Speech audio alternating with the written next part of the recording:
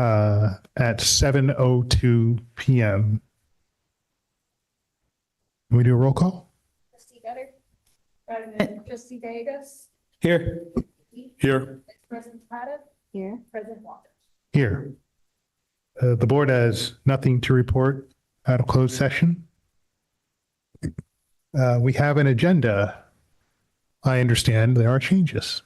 Yes, we'd like to move item 13A1 on the consent agenda to the action agenda. It'll be 16A5.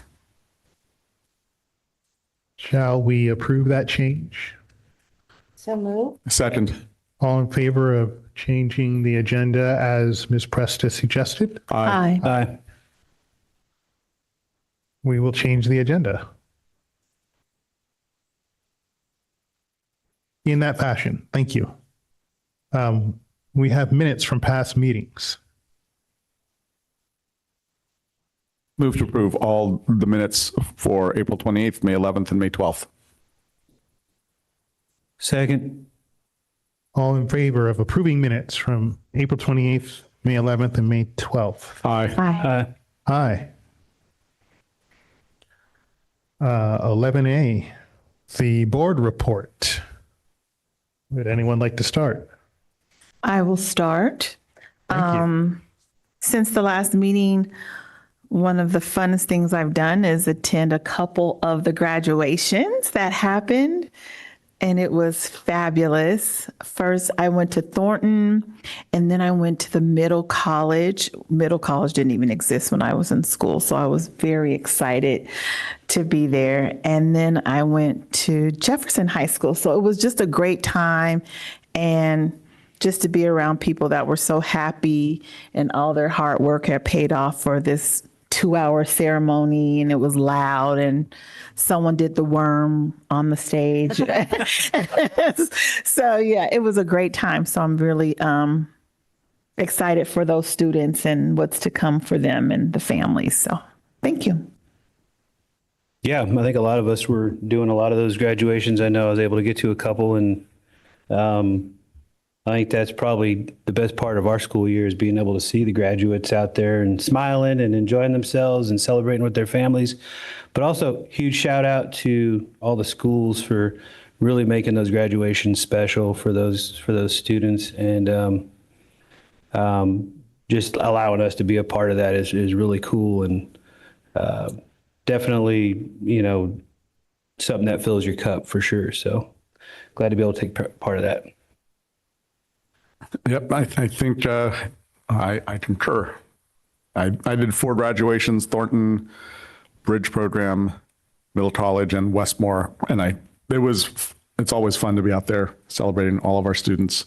It's always fun to see how the kids are decorated. There were a couple of young women at the Westmore graduation wearing leis from Crumble Cookies, which was quite amusing when they had pink boxes wrapped around themselves. Quite creative. And then the handful of students that came up with their selfie sticks and either recorded while walking up on stage because they're, wannabe influencers, or doing selfies with everybody on stage. It was pretty fun. So yeah, all that to say, it is one of my favorite times of year by far. So I missed the last board meeting because I was in New York for my daughter's college graduation. So 4 years ago, she graduated from Jeff. And so I was able to see her graduate at Yankee Stadium and then at Radio City Music Hall. So it was, now she said, Mom, I have to be a grown up now. So, but she definitely, since Ms. Kelch, who is the ASB director at Jefferson, since she went to NYU, Carly said, I need you to give this gift to her, Ms. D. So she gave a little gift to me to give to Ms. D, as they call her, and I saw her at the Jefferson graduation. So it's pretty sweet. And I attended the Bridge Program graduation, kind of bittersweet, although we're hoping we can bring it back. The Jefferson graduation, it was really fantastic. It was fun to be there with Ms. Gutter. Um, her first big outdoor graduation. They're always really fun. And then 2 days in a row, I was at the adult education building for the adult school graduation. They just did such a great job turning the multi-use room into this beautiful, sparkling place. And the families were just so, the families there were just so proud. It was such a big moment for everybody. It's so beautiful. And President Walker gave a speech. And I have to say, he had me tearing up. You were incredible. Thank you. And you never forgot JUHSD in your speech and what we stand for and why we're proud of this program. You always brought it back into that, and because we support, all our students. But it was, you followed the mayor of Daly City, and I think he did okay, but you were fantastic. Yeah, I mean, you were fantastic. And it's always a big deal. And this is something I don't think you've embraced quite, but that it's important to appear as President Walker. It's important to families that the president of the board is here. So I know you jokingly, pose for us, but you gotta use that. It's important to the families, really, believe me. And I really appreciate you. Thank you. But then I'm going to say the best graduation is the adult transition program graduation. It is just so moving. Tony and I cried at the Bridge School graduation, Bridge program graduation, and I cried at this one too. Two of the students graduating were Megan Williams. I've known her since she was little in elementary school, and Tony Marie. She went to middle school with my daughter. So it was just nice to reconnect with the families. I mean, I've seen them here, many over the last 4 years, and so just to see them graduating was very touching and very impactful for me. And I just want to thank our adult school program and our amazing special education program for putting everything into helping these students. And I just want to thank everyone who's made all these graduations impactful, and the maintenance crews. I mean, there's a lot that goes into it. There's just a lot. So, and thank especially the schools and our administrators. Thank you. So I was at a few graduations. I went to a comprehensive high school. I taught at a high school where you had to take an exam to get in. I've been the parent of 2 kids who've gone to comprehensive high schools. So it was kind of neat to go to a continuation school graduation, and just to see our families and how proud they are. I got to say a few words, which was nice. I went to the adult division graduation. I got to say a few words. I have advice following my second speech. 1 is to keep it short. I'm not sure I succeeded at that. And 2, if you're speaking and someone else is speaking, go first. And if you can't go first, you might want to contact that person to make sure they don't steal your themes. But that was really special. And then I went to Oceana's graduation, which was fantastic. And I got to see a young man I've known his whole life graduate. And I also, speaking of the role of president, I often joke in public about how powerful I am as the president of the school board. And really, I'm not that powerful because I can't do anything without 2 other votes. And because I'm only doing the job because the other people on the board had already done it. So,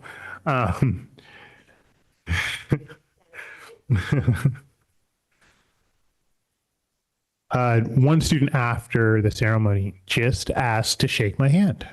And it's not because I did anything for her or because she knows me so well. She just wanted to shake the hand of the school board president. So I did it for that role, for everyone who's up here, everyone who works in this building, you know, everyone who works in all the school buildings. I was proud to do it. But you might have missed it live, but all of you got a good handshake after the Oceana graduation. I've said enough. How about the superintendent's report? Thank you. I'm going to sound redundant because I too am going to talk about graduations.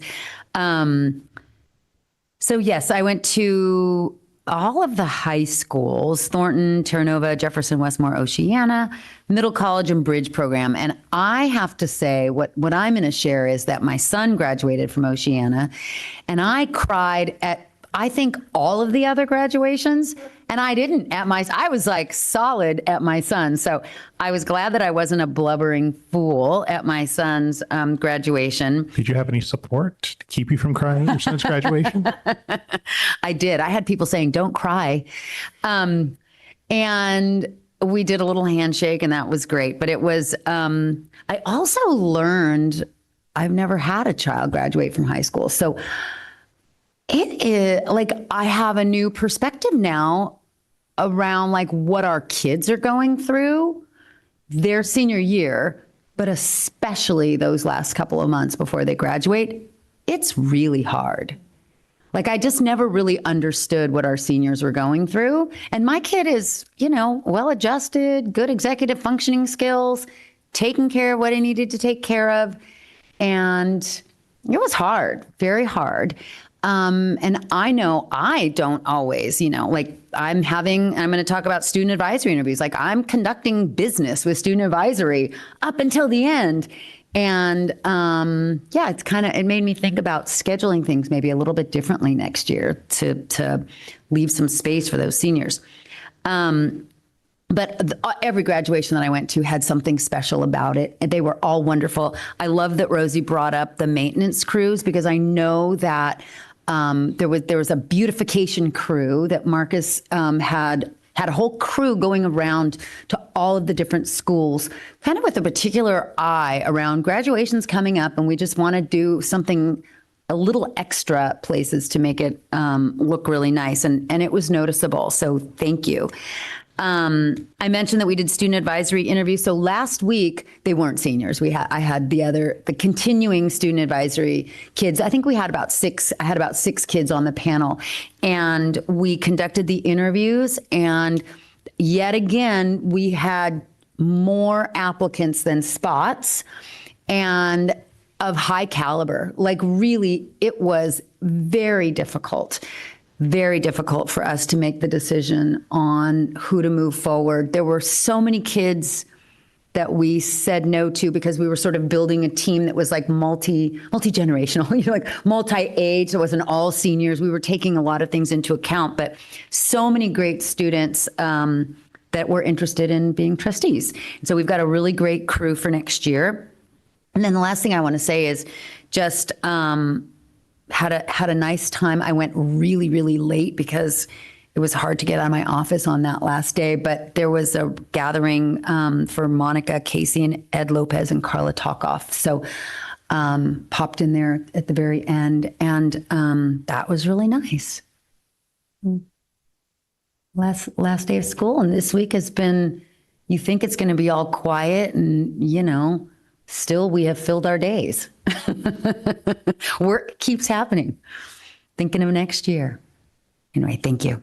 Thank you. I want to add one more thing. I also went to the Terra Nova graduation, and I mention it now first so my son's schoolmates don't get angry at me, but second, because I want to give a special shout out to Mr. BP, who was directing the band. And after about 15 rounds of pomp and circumstance, the energy flagged a little bit. And I can't imagine sitting down, playing a sousaphone, and having to play that song again. Your lips got to hurt. You got to be tired. It started to get a little windy. And I heard the energy flag a little bit, and I looked over my shoulder at the band, and Mr. VP is over there pointing at the band, being like, "We gotta do this," and I just want to give him credit for directing his buns off after 15 rounds of pomp and circumstance. And I think it's indicative of a lot of the trying that people did to pull off a graduation. Do we have an AFT Local 1481 report today? No. Miss Casey will never do another one. And I don't see our new presidents here, but we'll have one for you soon. Item 12 is for information. Please check it out. 13 is the consent agenda. Move to approve consent. Can I have you move to approve the consent agenda as we modified it? As amended. Thank you. Second. All in favor of approving the modified consent agenda, say aye. Aye. Aye. Thank you. Okay. Item 14 is public comment. Mr. Clerk. We do have one public comment it is Pamela Farron. Please come up to the microphone. You have 3 minutes. Thank you. Good evening, everyone. I'm Pamela Farron. I am with CSBA, the California School Board Association. I am your Public Affairs and Community Engagement Representative, also known as PACER. Also happy to say that I grew up in this area. I don't live here now, but I did grow up. I went to FDR for elementary school. I went to Fernando Rivera for middle school, and then fortunately went out of the district for high school, but my brother did attend Westmore and graduated from Westmore High School. So very happy to be back, and I spent a lot of time in the 80s and 90s over at Ceremony. Many hours when malls were the thing to do.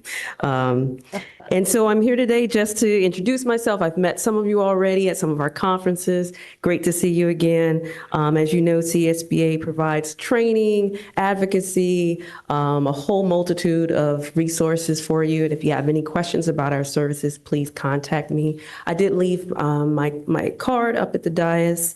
And the last thing I wanted to discuss was our SOS for Student Achievement Initiative. This is something the CSBA has recently started in order to try to close the achievement gap. The goal with this really is not to put more work on the districts. We know that the districts are working hard to close these equity gaps, but actually focus on the state taking accountability. So there are 4 bills that we are supporting. They have gone out of the Assembly and they're now going to the Senate. It's going to be an ongoing effort. What we're asking for at this point is a letter from the district, from the board, if they want to support the initiative, and also to pass a resolution if that is something that the district wants to support. So I did email a copy of a sample resolution, and if there's any questions, I'm happy to answer them. Otherwise, thank you for having me. Great. Thank you so much. All right, thank you. Thank you. Thank you.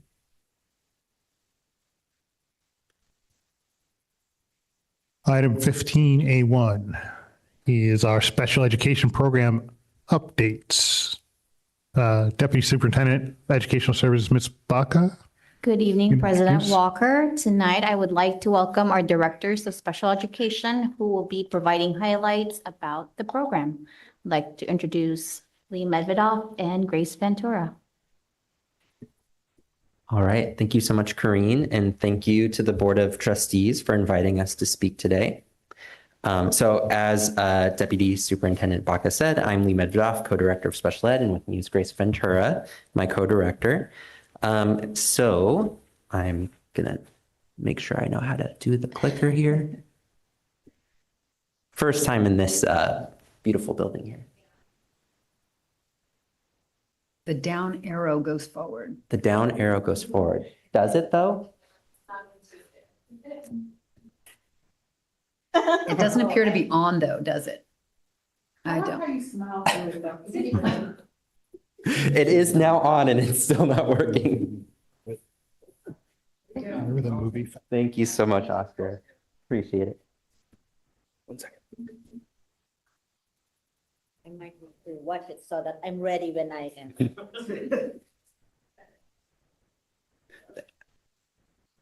right. And suddenly I'm less nervous, believe it or not. You know, everything that could go wrong already has so far. So tonight we plan to start with some general information regarding enrollment trends. Then I'm going to hand it over to Grace to do a highlight of our therapeutic programs in our district. She's also going to talk about the continuum of placement options and where those programs fall into like the context of our local area. And then we're going to close out with reviewing our annual determination letter data. And then we'll have some time for questions.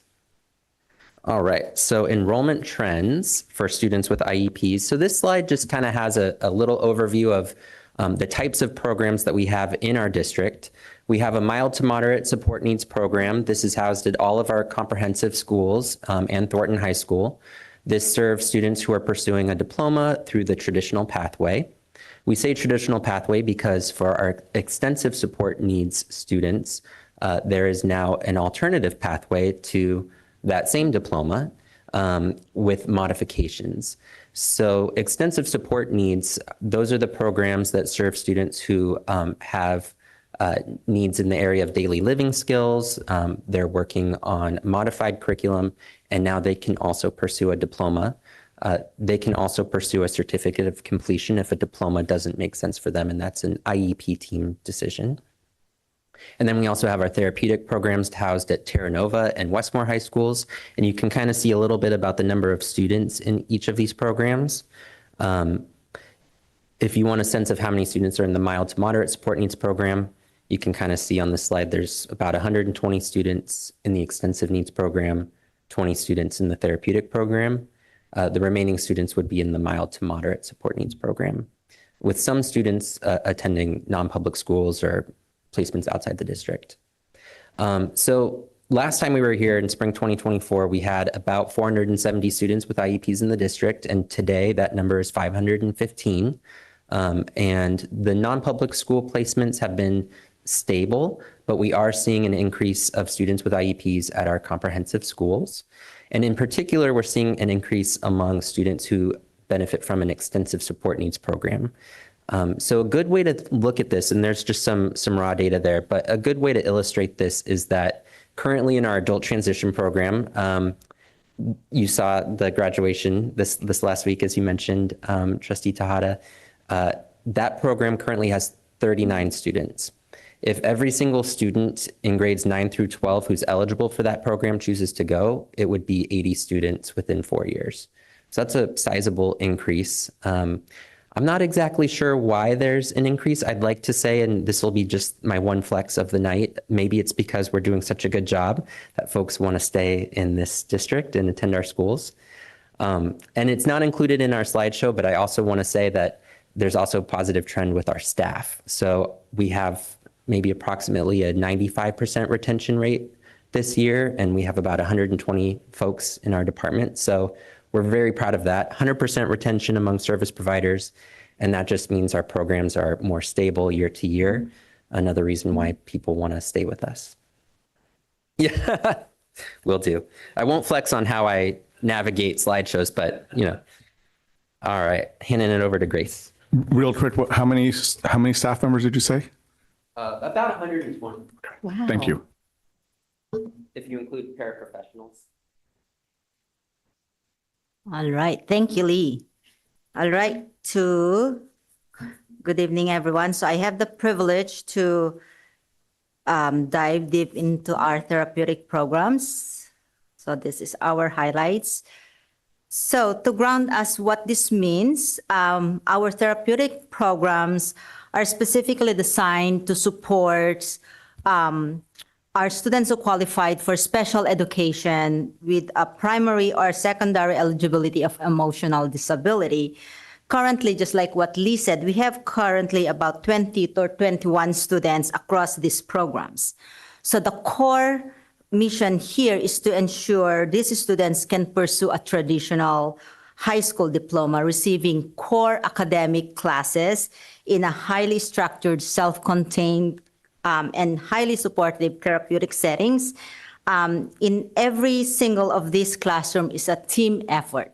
So we have staff by dedicated teacher, our paraprofessionals, a behavior technician, and also a licensed therapist. Okay. Currently, our district therapeutic programs are housed at 2 locations. So first, we have our program at Westmore High School, which has historically been known as MHE, or mentally enhanced program.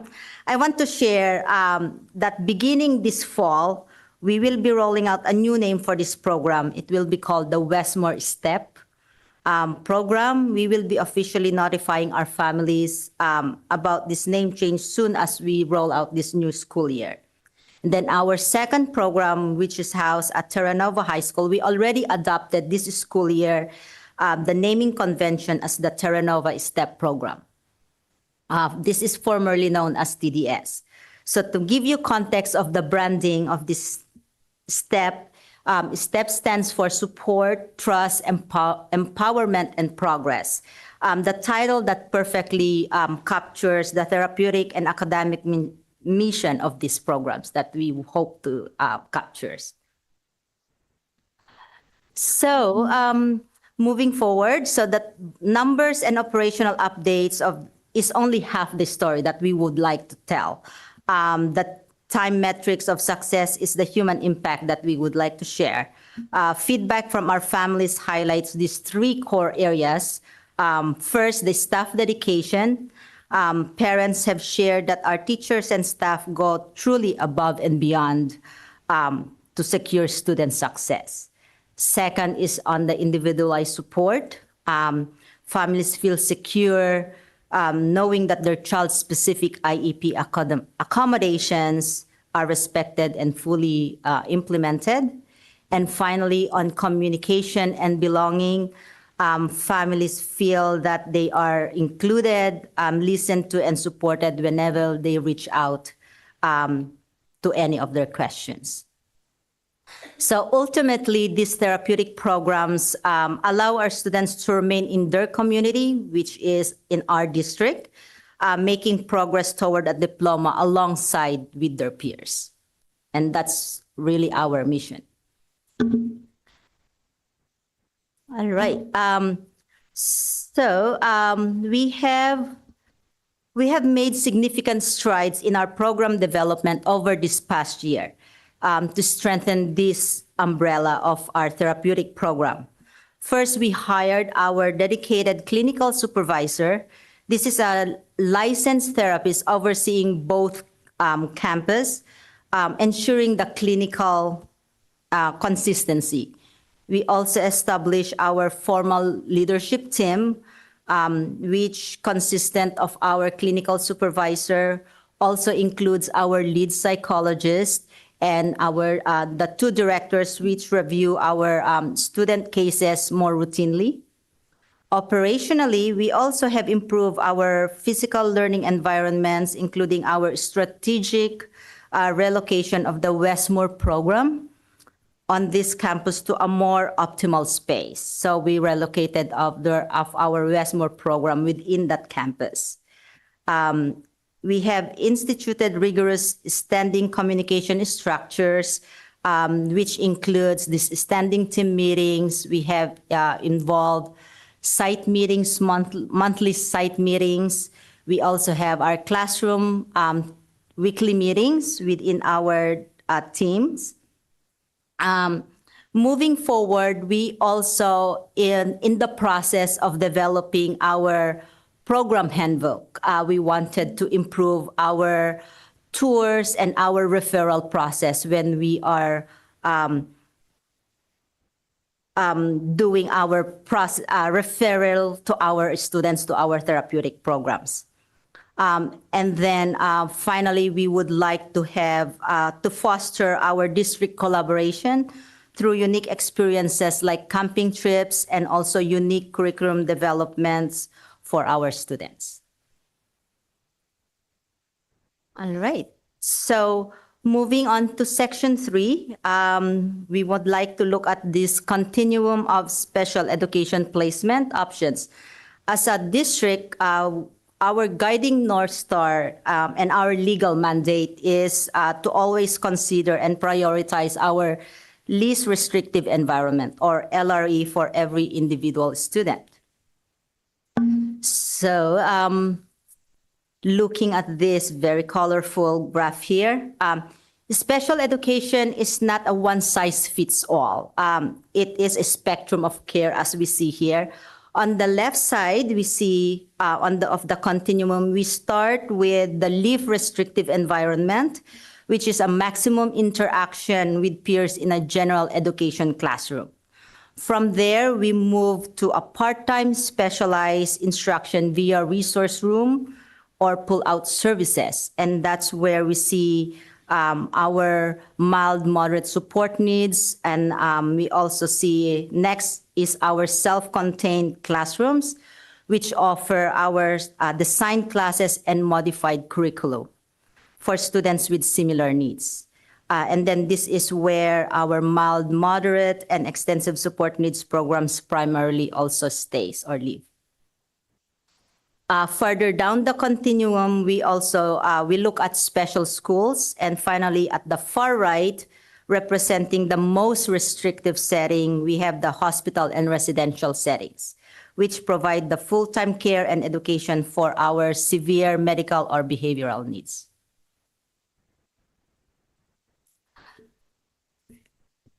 So this continuum brings us to a critical discussion regarding our out-of-district placements.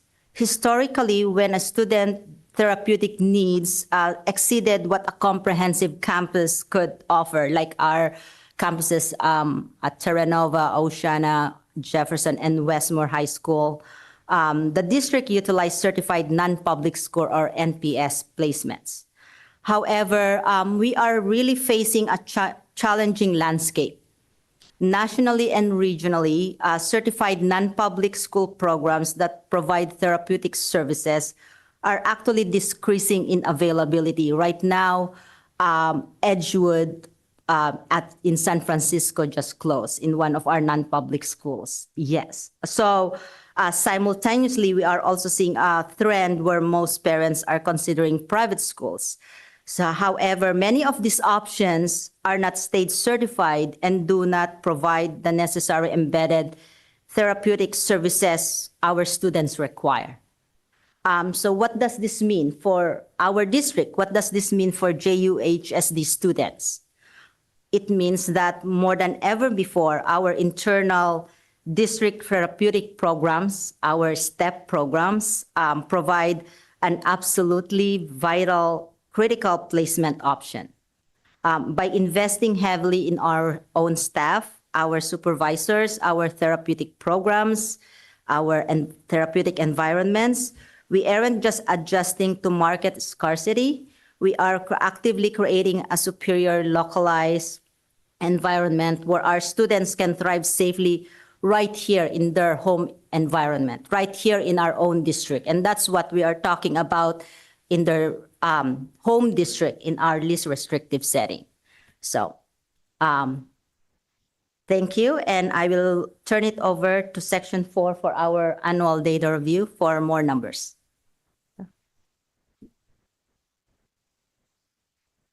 All right. So I've got the numbers here for you. So the annual determination letter, in case that's a new term for anyone, that's a letter that the California Department of Education sends to all local education agencies, and it's sort of like the report card for special education. There's various indicators and other data, some dashboard, California dashboard data that's incorporated, and then that's used to determine whether we're entering any kind of compliance monitoring. So, you know, things are actually moving in a good direction for JUHSD. In the past, we have been found to be disproportionate and significantly disproportionate. But of these 5 aspects of how we're evaluated, the only one that we are out of compliance for is our timelines. So just to kind of share a little bit more about what these terms mean, disproportionality is when there is a particular eligibility, such as specific learning disability or emotional disability, and we're finding that there is a disproportionate amount of students of a particular race or ethnicity who are found eligible for that particular disability. That would indicate that there's something going on in our system that shouldn't be. But we're not significantly disproportionate, and we're not disproportionate at this time, which is great. Timeline noncompliance. So by law, all IEPs have to be reopened for what's called an annual IEP within 364 days of the last meeting.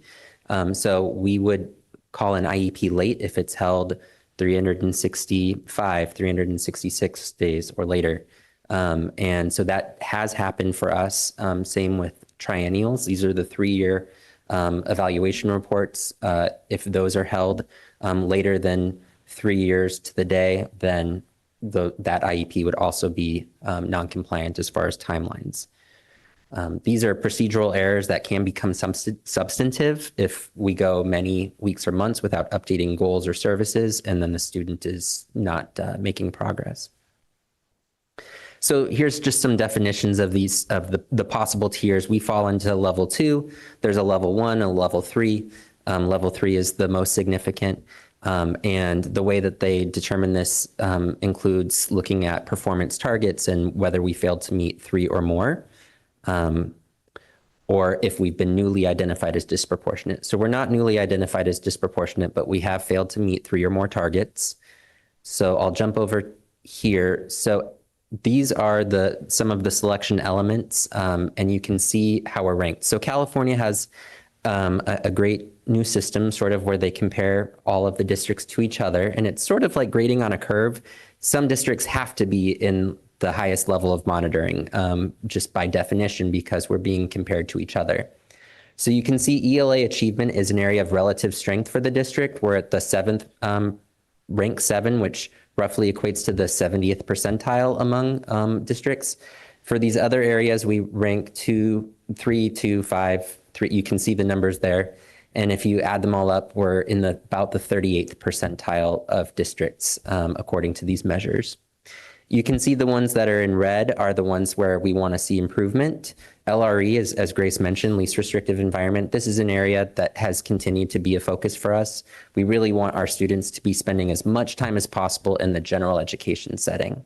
And so that speaks to us compared to other districts, just not quite being as competitive in terms of inclusion.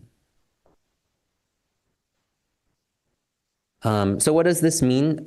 So I'd say overall the trend is good, not being in significant disproportionality or disproportionality, but we also want to work on the timelines. We're in good company with the timeline noncompliance. Last year, Sequoia, South City, San Mateo, they were all also in non-compliance for timelines. So that's bigger than just JUHSD, this trend. And I think that could be any number of reasons. Districts having a difficult time retaining staff who are experienced or whatnot. But we can work with our SELPA. I want to shout out Mary Young and Lansanae Toure, who have been wonderful in supporting us. And they help us through a lot of the compliance tasks and make it a lot more approachable. Didn't mean to end on a downer with the data, but it's important for us to know where we can go from here. So thank you so much for listening to our presentation, and now we'll welcome any questions.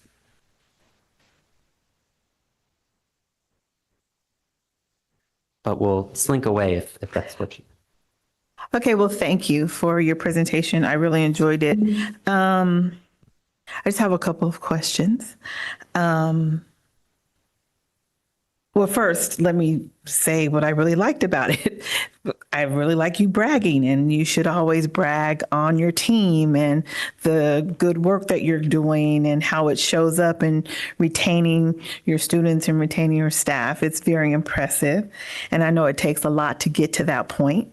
Ms. Grace talked about the classroom environment, and she mentioned the people that were inside of the classroom to help support, make sure everything went well. Can you please tell me about the behavior technician? Who is that and what is that? Hi. Hi. Yes, so that's actually a new role that we have added to our therapeutic program. So our behavior technician is actually our registered behavior technician who's also supervised with our BCBA, sorry, a lot of the acronyms. BCBA stands for our Board Certified Behavior Analyst. So our RBTs, or our registered behavior technician, also supports. It acts as to support the behaviors, the behavior management, the classroom. Since our therapeutic supports in the program not only just for the mental health, but sometimes our students also exhibit some of the external behaviors, such as some of our students might need help with some of their behavior plans that they are working with, or some of the maybe some executive functioning goals that they need to support with their IEP goals. So that's why we also put the our RBTs in the classroom. Dave, would you like to add something else? No. No, but just in case there's an. So that's the right. So because the RBT also acts as one of like wraparound service for the students. Yes. So we have the para who supports more of the academic support for our students, the licensed therapist for the counseling services, and then the behavior technicians to support for the behaviors for the students. Yeah, to me, it seems like I really like that formula, because being at the juvenile hall, that person, just by having that behavior technician with the therapist, is like a bridge. You know, you can solve so many problems right there before they could even escalate where they would have to go to the juvenile hall. So I just really like that formula, working with the students, and then you also work with the families. So that's why you have so much great success, in my opinion. So thank you. You're welcome. Thank you for the presentation, you guys. I was interested in a lot of it, actually, but I mean, it was interesting to see what the enrollment trends are going to be like moving forward, and kind of how you're starting to build up the program to kind of meet what those needs are going to be. And then also mentioning kind of how, I guess, we used to score, in a sense, before you kind of started, kind of this kind of rebranding and kind of building up of the program that you guys are doing now. And, one of the things that I could speak of, just being at the current, or this past graduation for the adult transition program, one of the things I was thinking about as you guys were talking, is that you could listening to the graduates tell their stories about the time that they've spent in the program, and the time that they spent with the people in the program, and how much they're going to miss it, and how much they loved it, and all the cool things that they got to do while they were in our district with you guys. It speaks volumes of what you guys are doing just with that little part of it, and I see that trending in other directions too. I mean, and I know that scores are scores.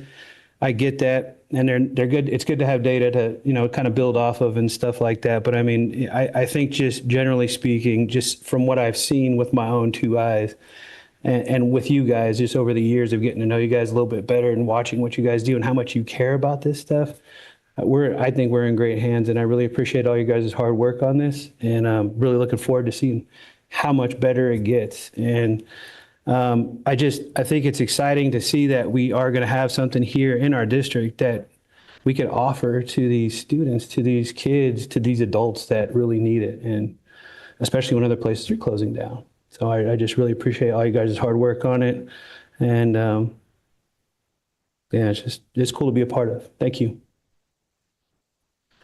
Okay, I've got a couple of questions. First one, with the retention in staff, is there something that you particularly attribute it to? I mean, I have my suspicions, but I'm curious to see what you have seen.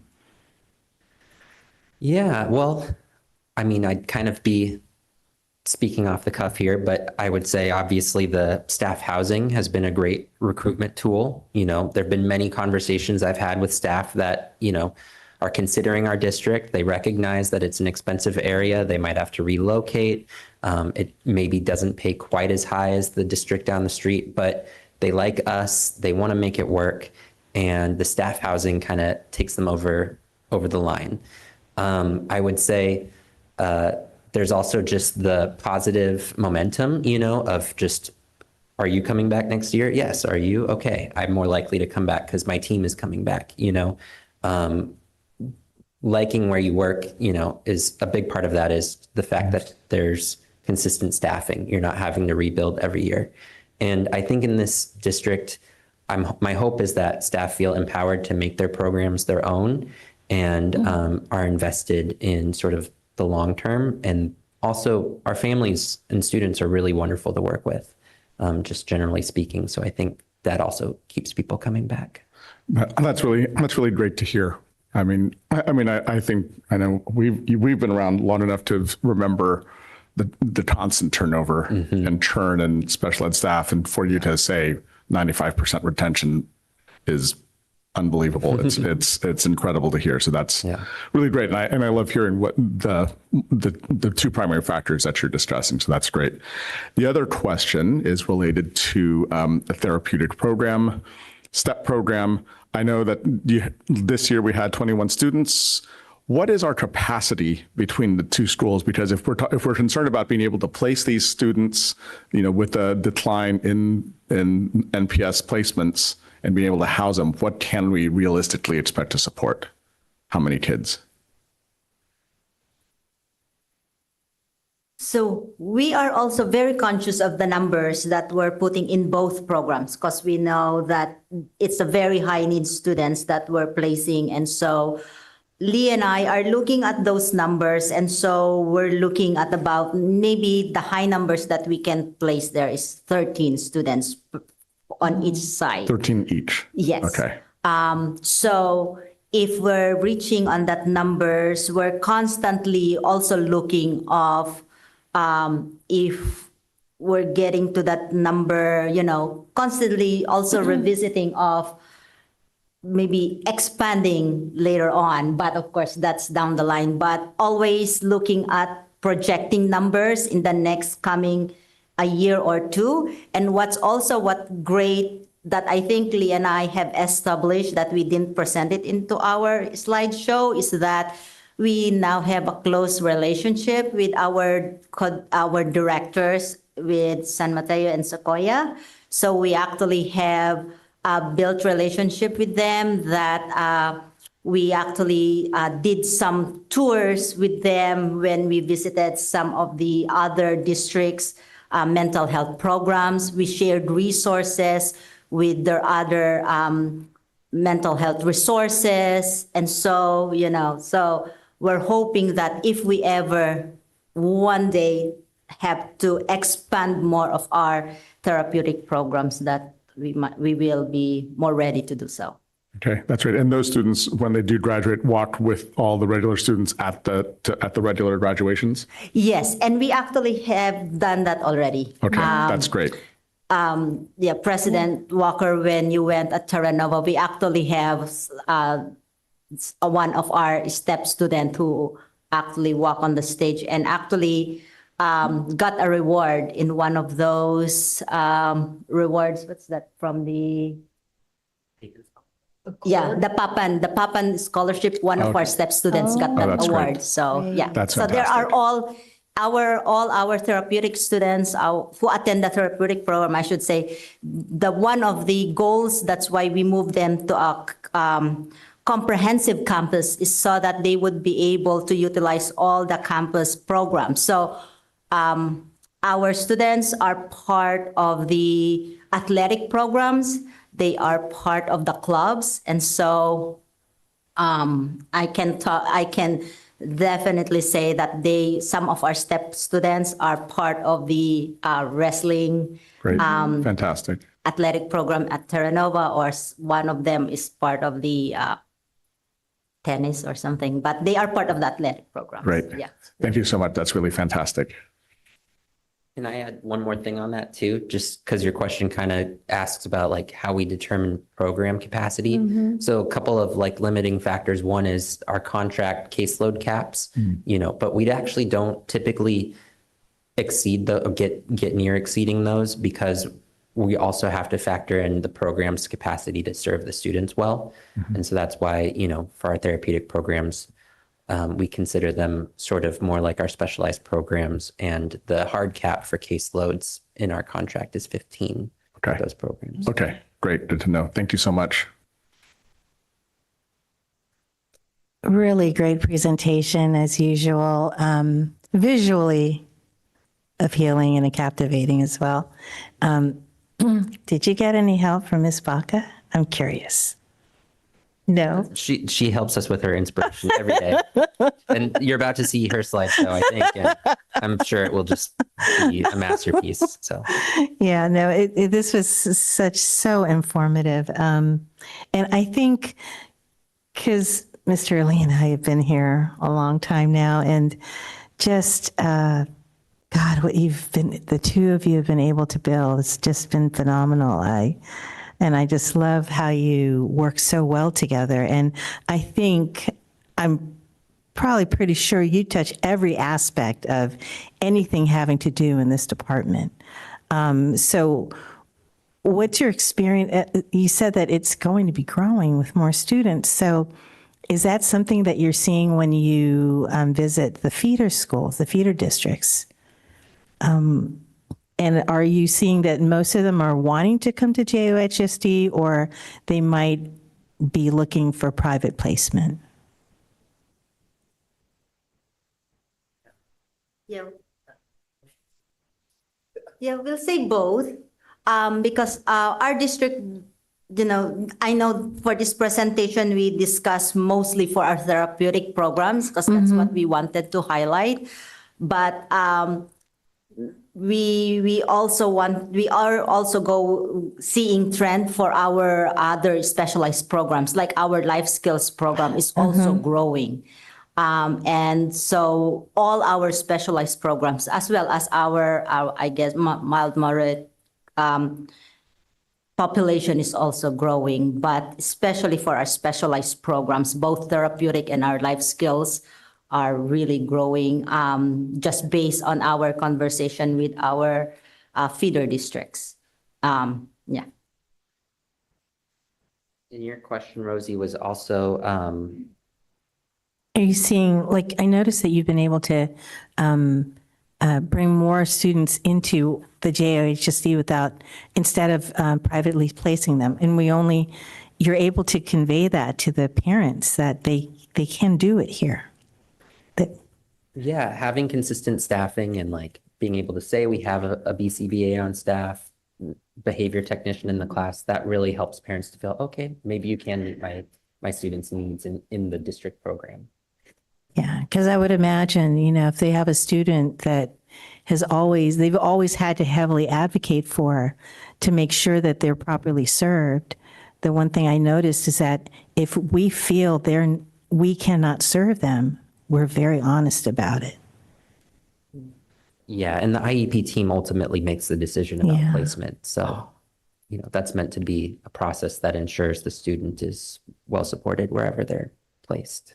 Great. Yeah.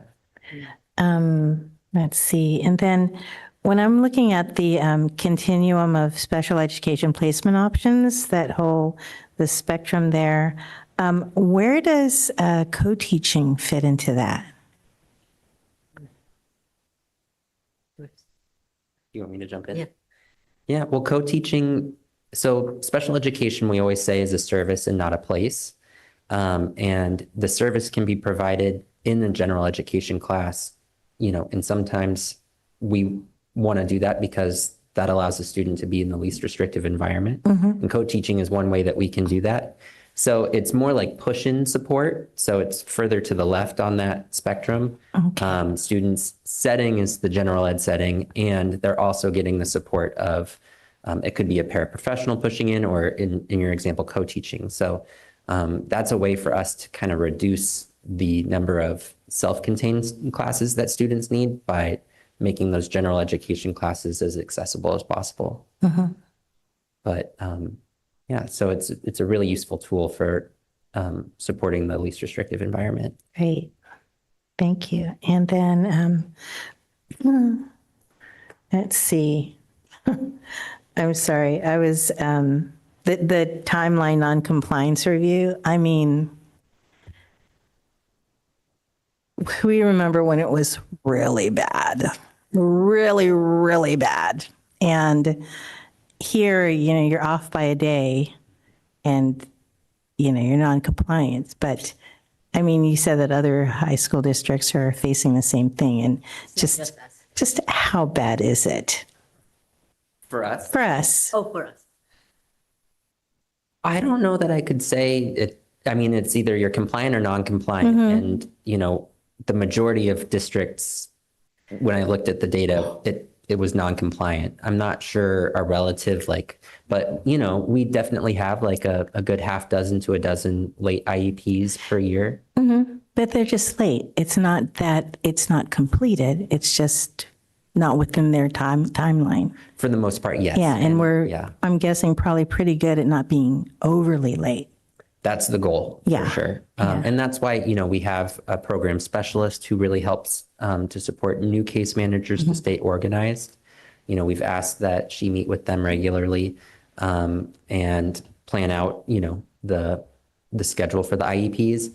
And really, what we could also say is there's hundreds of IEPs held on time when teachers are extremely busy. We could flip the script. And I just also want to shout out our amazing case managers who, they're lesson planning, they're co-teaching, they're helping with any number of things throughout the day, not supervising formally, but providing direction to paraprofessionals.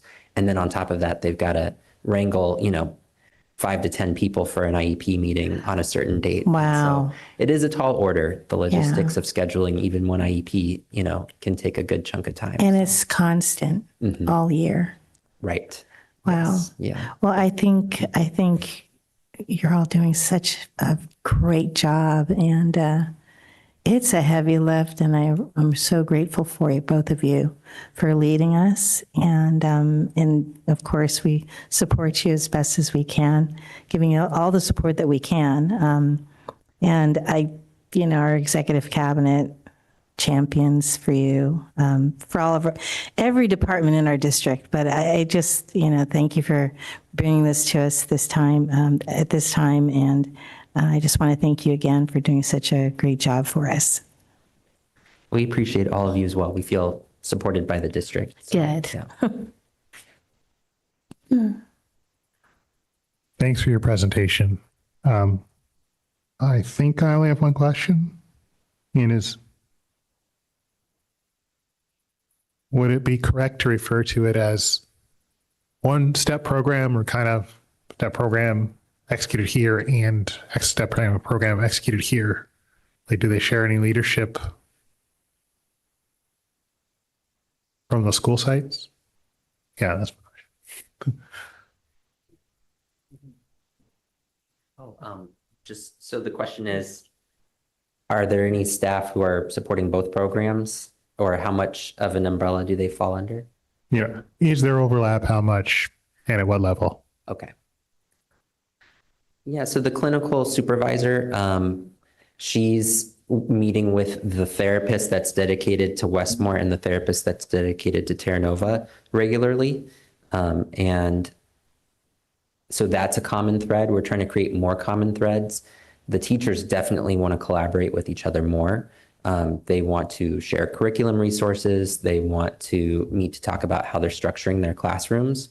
Up until last year, the Terra Nova program was a partnership with BHRS, County Mental Health. And so they were very, separate. And now we're working to try to make them less separate. And so just looking for opportunities to create common threads. We want for families to know that both programs, the one in Daly City and the one in Pacifica, can meet students' needs. And so, having them both have that same name, a very positive name, and then having a common clinical supervisor And then now looking at referrals, they'll go to me and Grace and our lead psychologist and our clinical supervisor to kind of jointly look at, okay, are there any nuances between Terra Nova or Westmore where one site might, be a particularly better fit for a student? But of course, a big factor would be just location and distance from students' home. But Westmore has a block schedule. Terra Nova has 57-minute periods, so there's some differences that we would, of course, look at if we wanted to get more granular for a particular student. But the therapists and teachers are dedicated to their own site. Got it. Thank you. And also just to add, also it's just for the but the main thing that we also really look at when we're looking at the therapeutic setting is that the main thing that we're looking when we're referring to students now is that the primary disability now is that we're very consistent that one of the primary disability would be emotional disability, so that we could really focus on the therapeutic setting for the needs for the students. Yeah. Thank you. I will tell a quick story. About a year ago, I met with a friend that I know from home, and she is a para-educator. I guess she's classified. And as everyone knows, there is no class without classified. And she's doing some advanced study. She wants to be, an educational leader. So she's asking me about my work with the board, and I'm talking about the structure of the board. I talked about CSBA training, our different schools, general stuff. And then because I think that it's a little bit of a coincidence that, she's a special education parent and now she's looking to be a special education leader. Or I think it began as a coincidence, but since then, all this work she's done, she wants to apply it to many people. She started asking me about special education. And I rambled on about least restrictive environment, co-teaching, inclusion. I talked about the adult transition program. I talked about students being involved in art.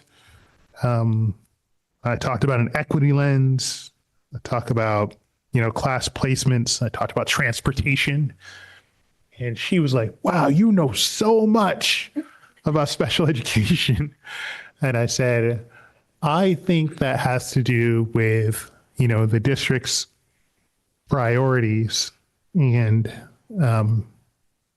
just the way I've been involved with the board and working with our special education directors. And so my friend congratulates you on your priorities and leadership and the execution by your staff. But I really want to give you credit for that because I learned it all in the few times that we come together and asking questions. So not only for making me look good, but for taking care of our kids. Thank you very much.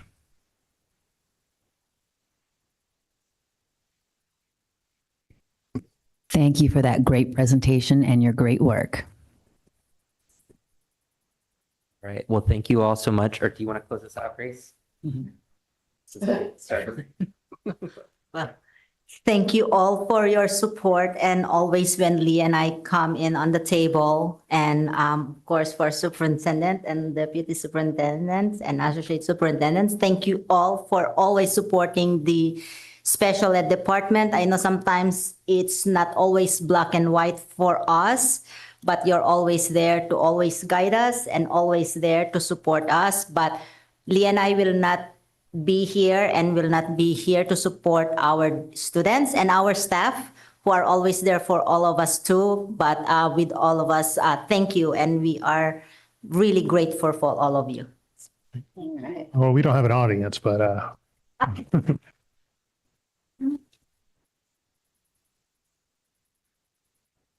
switching tabs. You don't want to stay for the budget and the LCAP? I'm joking. Joking. Nice save. Good night. 15A2 is a public hearing regarding the 2026-27 Local Control and Accountability Plan. Should I be opening? Have Ms. Balk introduce. Just. Thank you.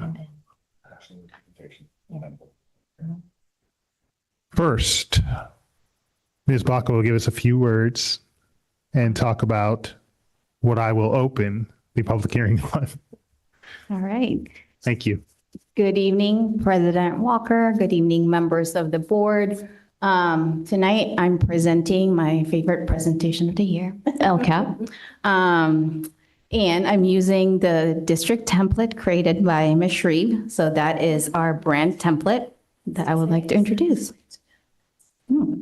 All right, so tonight I'm presenting the 26-27 Local Control and Accountability Plan, or LCAP for short. And this is for a public hearing. So the public hearing is an important part of the LCAP development process, providing an opportunity for transparency, public input, and community engagement before the plan is brought back to you next week for adoption. So this evening, I will be focusing on primarily on key revisions, new actions, and changes from last year's plan as we enter the third year of our current 3-year LCAP cycle. So the LCAP is our 3-year strategic plan that outlines the goals, actions, services, and investments designed to support student success. It also tells the story of how and why we allocate resources to meet local needs, with a particular focus on supporting our English learners, foster youth, and students from low-income backgrounds. So this year is the third and final year of the LCAP cycle. So our focus is on evaluating what is working, refining our strategies, and identifying any adjustments needed to move forward. This slide also has links to the full LCAP. I believe there's about 167 pages of them, and a summarized version for anyone interested in exploring the plan in greater detail. So the first LCAP goal focuses on equity. While equity is identified here as a standalone goal, it really serves as the foundation for all of our work. It helps ensure that every student, and especially those who have been historically underserved, has access to the opportunities, resources, and support they need to be successful. This goal also brings the board's equity policy to life by translating our commitment to equitable outcomes into specific actions, service, and funding that helps remove barriers and expand opportunities for students. So on the upper right-hand side of the slide, you'll see the summary of the key actions and strategies that support this goal. The items highlighted in orange represent revisions for the 26-27 school year, and you will see the same structure throughout the rest of the presentation. So the first revision is the change in funding source for our partnership with the National Equity Project. And rather than using grant funds, we are proposing to use Title I funds. This shift reflects the strong alignment between the work of the National Equity Project and the purpose of Title I, which is improving outcomes for students who face the greatest barriers to success. Through this partnership, we continue to build staff and leadership capacity, strengthen instructional practices, elevate student voice, and create learning environments where all students can thrive. The second revision is a small allocation to support student equity teams at each of the school sites. So these funds can be used for materials, supplies, and other resources that help support student participation and engagement. And the third revision is a reduction in funding for our partnership with community responsive education. And while the level of support will be reduced, we will continue our efforts to strengthen and sustain ethnic studies implementation across the district with the help of our teacher on special assignment, Dan Arzaga. The second goal focuses on climate and wellness.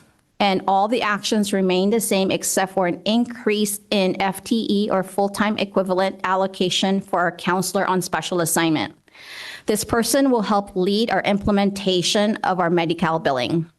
So this work involves establishing the systems, procedures, documentation, and staff training needed for the district to receive reimbursement for eligible health and mental health services provided to students. This is important because it allows us to leverage available state and federal resources to strengthen the long-term sustainability of our wellness services and potentially expand supports for students without relying solely on district funds. The third goal focuses on teaching and learning. So there are several revisions within this goal. First, we are scaling back the universal design for learning professional development provided through LessonCast as we continue to build internal capacity around UDL practices.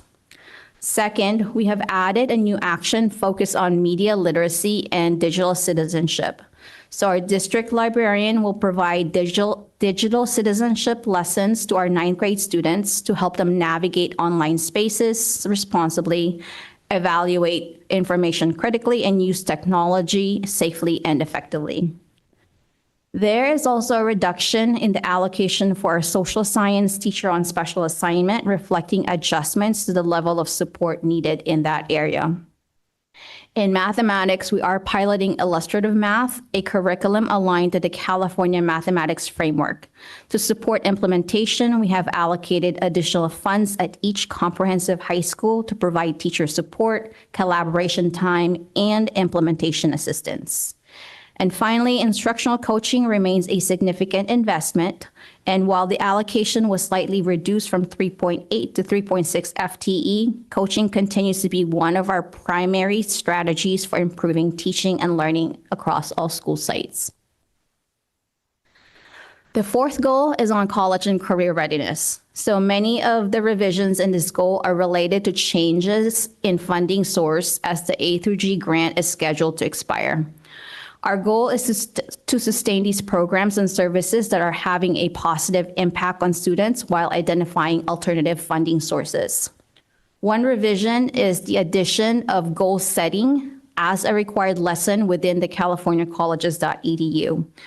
The recommendation came from our district advisory committee, which felt that the goal setting is an important skill for all students. By helping students think about their future plans and set meaningful goals, we can better support them in making connections between their education, career interests, and post-secondary options. Another revision is the reduction in the summer school budget. Over the past several years, we have expanded opportunities for students to recover credits during the regular school day. So as a result, fewer students need summer school for credit recovery, allowing us to reduce budget while still maintaining access to summer learning opportunities. And lastly, we have allocated a 0.6 FTE for a teacher on special assignment to support Thornton High School in designing its project-based learning apprenticeship program. The goal is to provide students with more relevant and engaging learning experience that connect classroom learning to real-world applications while also expanding opportunities for work-based learning and career exploration. The fifth goal focuses on our English language development program. The first revision is a reduction in staffing for the Bridge program due to a lower newcomer enrollment this year. However, we are maintaining a portion of that allocation to ensure the program remains available for students who may still benefit from this support. The second revision is the redesign of our course for long-term English learners. Long-term English learners are students who have been classified as English learners for 7 or more years and have not yet been reclassified as fluent English proficient. This redesign was informed by a cycle of inquiry modeled after the National Equity Project framework that included listening directly to students about their experiences and needs. What we heard was that students wanted a course that not only supported language development, but also helped them build skills needed for success in school and beyond, while fostering a stronger sense of belonging and connection to their school community. So as a result, the redesigned course will incorporate AVID-like strategies that includes goal setting, organization, academic discussions, college and career exploration, and self-advocacy. The goal is to strengthen English language proficiency and increase college and career readiness, and also help students feel connected, valued, supported as members of their school community. Goal number 6 is on special education. So the first revision is the addition of a second board certified behavior analyst, or BCBA. As a student, behavioral and social emotional needs have increased, and so has the demand for assessments, behavior intervention plans, staff training, and consultation. So adding a BCBA will allow us to provide more timely support to students, staff, and strengthen implementation of behavior plans. The second revision is the addition of a pilot reading intervention support section for students with IEP who need extra help with foundational reading skills, particularly phonics and reading fluency. The goal is to provide targeted reading support that strengthen literacy skills, improve access to classroom learning, and help students be more successful across all subjects. And the 7th goal focuses on school operations, and there are only few revisions this year for this goal. The first revision is with the student voice action, where the word engagement replaced the word participation. This change reflects our desire only to provide opportunities for students not to only get involved, but also to ensure that they feel connected, they are valued, and that they are heard within their school community.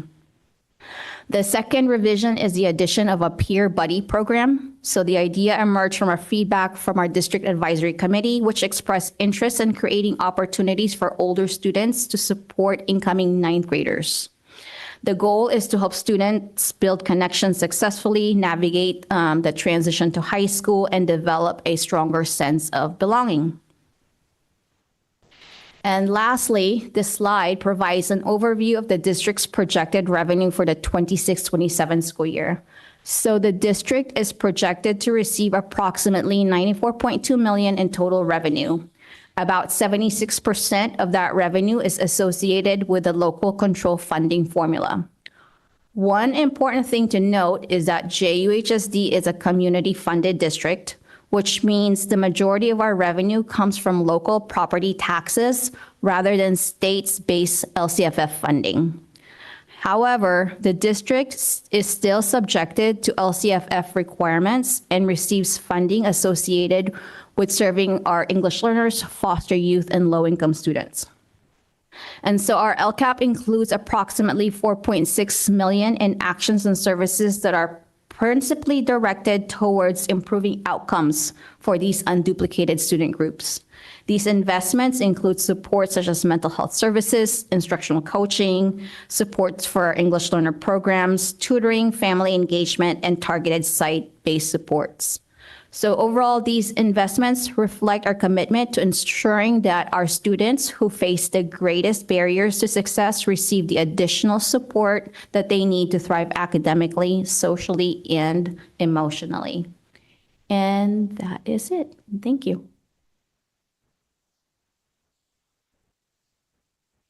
Thank you.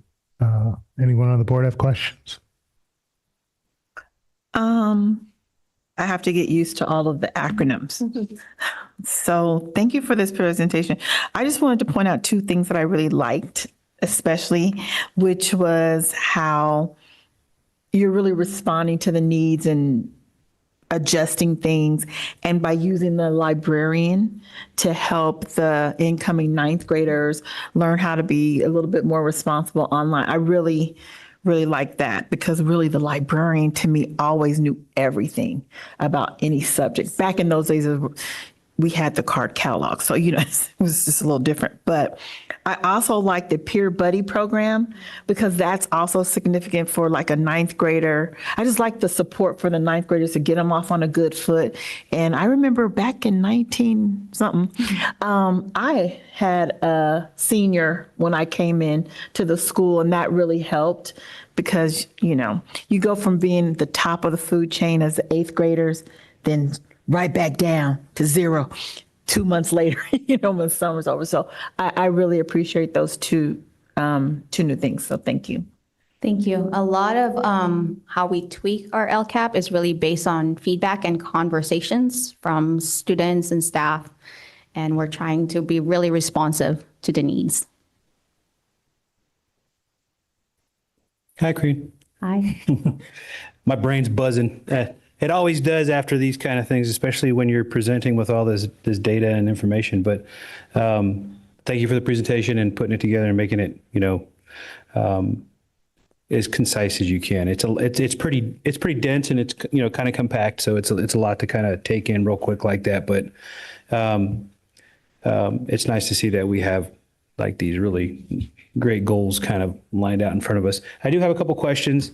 One was I wanted to just kind of understand the mental health counselor and special assignment FTE ad real quick. It's just kind of you kind of touched on how that person's going to start with the Medi-Cal billing to kind of help us, I guess, get some money out of some of that stuff. And I want to understand that a little bit better. And so right now we do have her name is Michelle Fortunato Kewen, and she is helping with our intern program. So that has been her main role for this year and the previous year. And recently we found that we can receive and bill Medi-Cal for services. And so to get that started, it's a long process where we really need to figure out how these things work. How do we bill? What system do we have to put in place? Provide training for staff. And so what we can really do is log those hours, and based on those hours, we can bill Medi-Cal directly, so we would get some money back. Okay. And this is going to be just a one-time like FTE for the next, how long does it last? Right now, it's currently one time. I think she's committed only for 1 year to get us started. Okay. And then get the ball rolling basically, and then we take it from there. Yes. Okay, cool. And then the other one was just a curiosity, a wandering, as some would say. What is illustrative math? So illustrative. Just changing again. Yeah. So illustrative math is our new curriculum for mathematics, new textbook.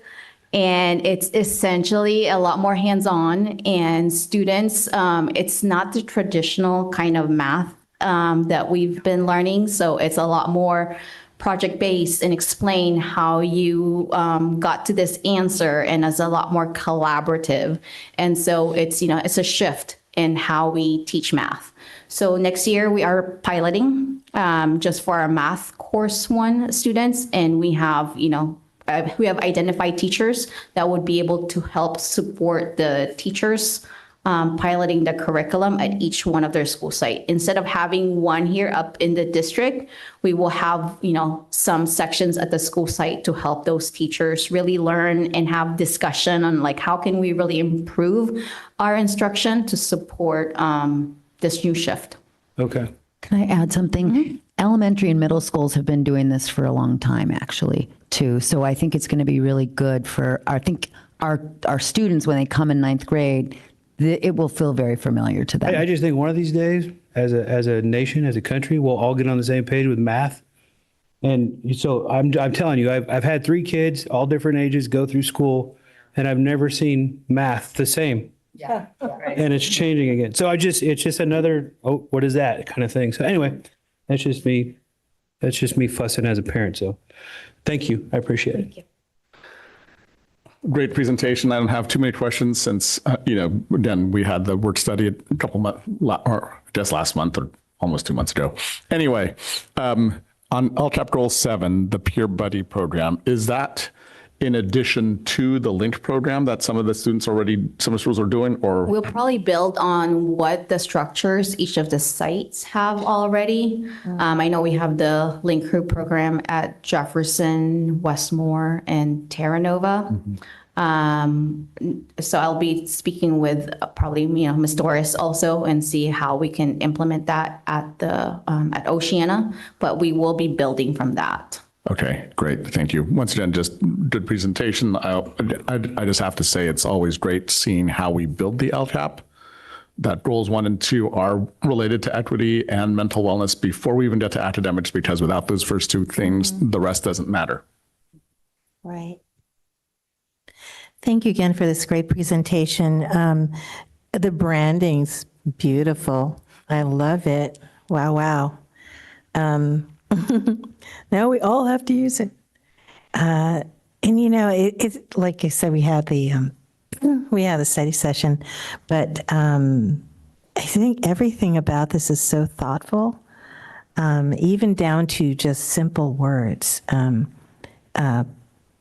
Changing it from participation to engagement. That makes a big difference. And then also just changing the name of the Students Organized Against Racism to Student Equity Team. I mean, because it's all encompassing. This is such an inclusive LCAP. And it's easy to follow. You always provide, the funding source. That's so helpful. And then the special notes too. Do other districts have less goals, or I mean, goals, the number of goals? Yeah, because I think,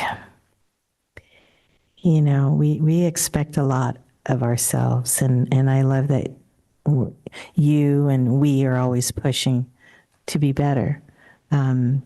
And I think it really shows in the commitment. And we don't have a lot of money, but we find ways to make it happen. And we have the best CBO ever. Nobody better be watching this and trying anything funny with her. I just want to thank you for all throughout the year, doing all the listening sessions, going to the sites and talking to people and talking to our students and getting our student advisory councils input. The district advisory group, that was, how many times did they meet this year? This year, just twice. Okay, but they're pretty lengthy. Yeah. Yeah, and we get a good representation. Fantastic. Okay, thank you very much. Well, our goals, we kind of have a lot of goals Yeah. compared to other districts, but it's really comprehensive because pretty much everything that we do is here. So Yeah. it's quite transparent. Yeah, it's a lot of goals, but it's not like they're brand new. These are things that we've built on and are expanding, and that, it's already happening, a lot of them. And we're just improving continually. And because our district is evolving along with us. I mean, we're very committed to equity, and it's not just a buzzword with us. It's who we are. So I just want to thank you again for this. Thank you. Thank you. As a parent of a young man from the district who's just finished his freshman year and is not listening, I think that this buddy program is fantastic. And I wonder, does it share anything does it share goals? Does it share design with what I know as the Link Crew program? It probably will. We don't exactly know what this would look like. It was, an idea brought forth. So the next step would be having conversations with our principals and our Link Crew folks and see how can we make this happen. Okay, thanks.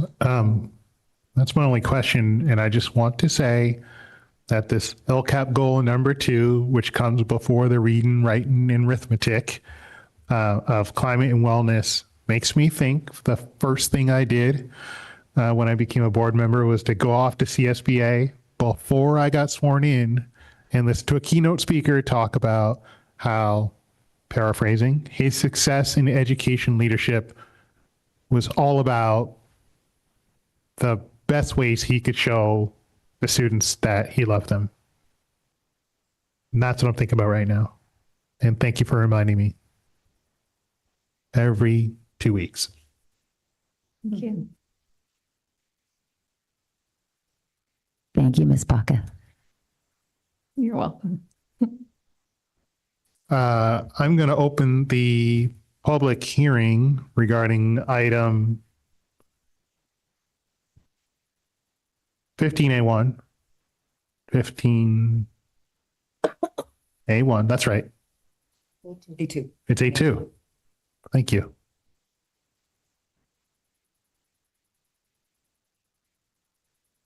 Seeing no public comment, I'm going to close the public hearing for item 15A2.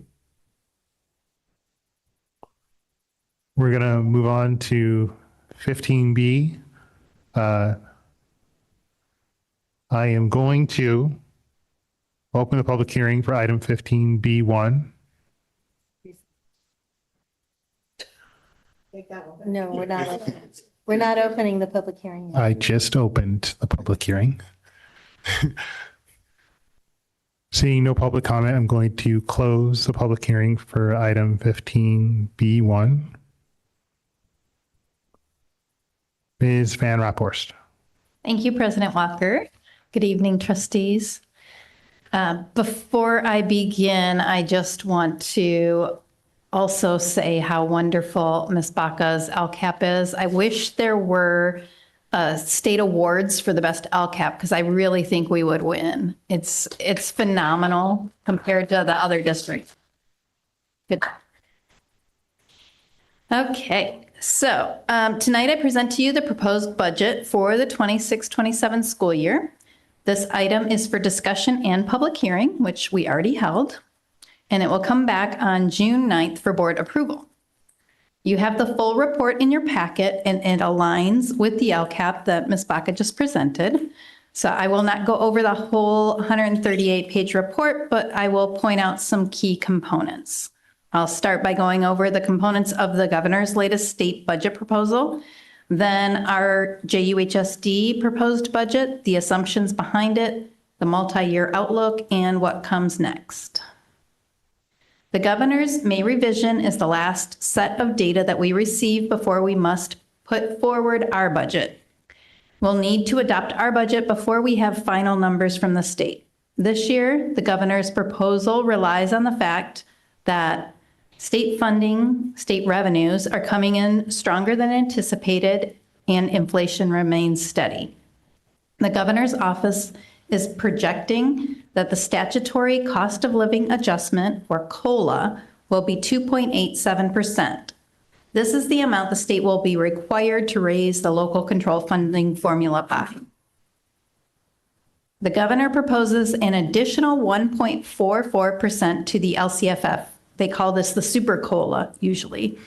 It's important to note, however, that this additional allocation is accompanied by a proposal to increase costs to schools by adding a new 14-week fully paid pregnancy disability leave.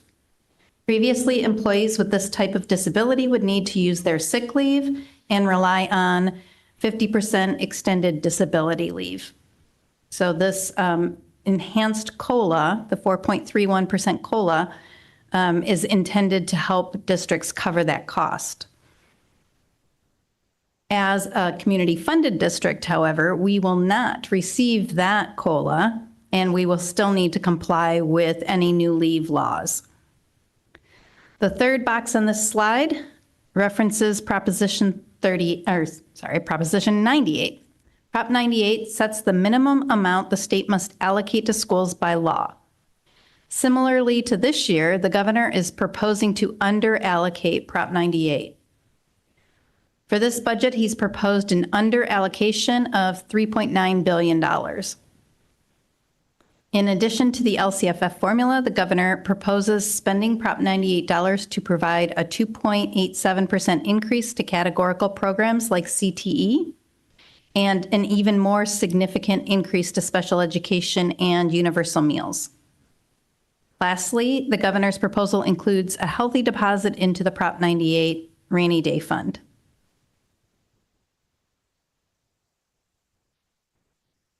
All right. This slide outlines revenue highlights for 26-27 for the JUHSD budget. We are assuming that we will see an increase of 5% in tax revenue, which is similar to the current year. For federal funding, which is a small amount of our budget, there's a fraction of this that is still uncertain, but we have learned that the bulk of the funding will continue, but with no COLA. And as mentioned, the state's special education allocation will be increased significantly. For JUHSD, it will be about $1 million more than the current year. And then lastly, our local funding is projected to slightly decrease for 26-27 due to the end of some grant funding, but then increase with the anticipated passage of new parcel tax funds in November 2026. This slide shows the assumptions that were used to create our multi-year projection. Our student enrollment is projected to continue to have slight decreases each year.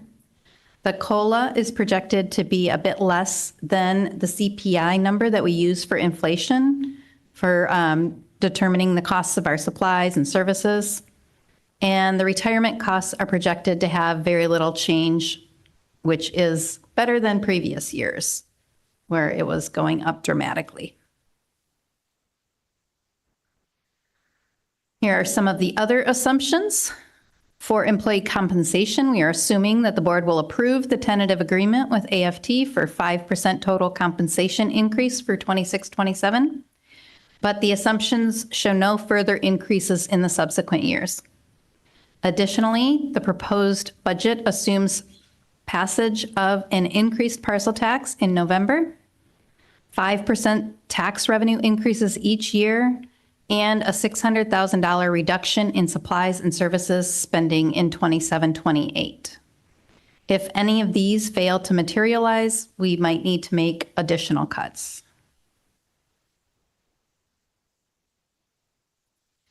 Before actually looking at the multi-year outlook, I want to take a moment to review the district's board policy on reserves. As a community-funded district, our funding is less predictable than state-funded districts, which makes our reserve levels more important. Our board policy sets the goal of reaching 10% reserves in the budget year, 8% for the first subsequent year, and 6% for the third year out. The state only requires 3% reserves in each of those years. With the proposed budget, we anticipate reaching only 9.82% reserves in 26-27 instead of the 10% goal, and only 7.24% in 27-28 instead of the 8% goal, but we will be over the 6% goal in 28-29. So here are the projected multi-year numbers. You can see that the actuals for this current year are projected with just under 92 million in revenue and about 94.7 million in expenditures, with a projected deficit of 3.7 million. So that's the current year. Next year, the projection is to have a deficit of about 6.5 million, and our expenditures cross the $100 million mark. Then in subsequent years, we have lower but continuing deficit. So this slide shows graphically how our projected revenue and expenditures compare to each other, showing that with our current assumptions, the deficit is most negative in 26-27. So the bars, the blue is the revenue, the gold is the expenditures, and the line with the dots shows the deficit. So like I said, the most negative deficit is in the coming year, 26-27. And then you can see that by the third year out, 28-29, we have nearly a balanced budget. You can also see that the reserves are projected to drop by 9.7 million across all the years.